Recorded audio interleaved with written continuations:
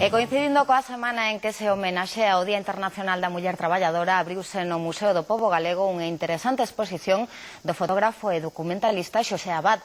As fotografías retratan mulleres de dúas xeracións diferentes, nais e fillas unidas e separadas á vez polas grandes diferenzas laborais e vitais que marcan a súa xeración.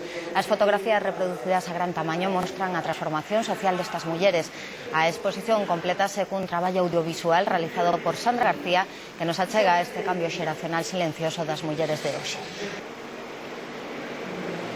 Nais e fillas escribindo o futuro documenta o salto xeracional da muller galega nas últimas décadas. En su momento preferí dedicarme a mi familia y a mis hijos, cosa de la cual no me arrepiento nada en absoluto. Me costaría, por así decirlo, de un día para otro, pues dejar a la mujer de trabajar, ¿no? É tamén unha peculiar visión do matriarcado galego, o esforzo dunhas mulleres por mellorar o futuro dos seus, mentres a elas se lle negaba opinión e dereitos. As mulleres non tiñan as posibilidades para nada, máis que para traballar. E falabas, e o que dixeras ti non valía de nada, que non sabía o que dicías, eras unha loca. As condiciones laborales, para min, se tuvera unha familia como a que tuvo ela, serían moito máis doadas das que tuvo ela.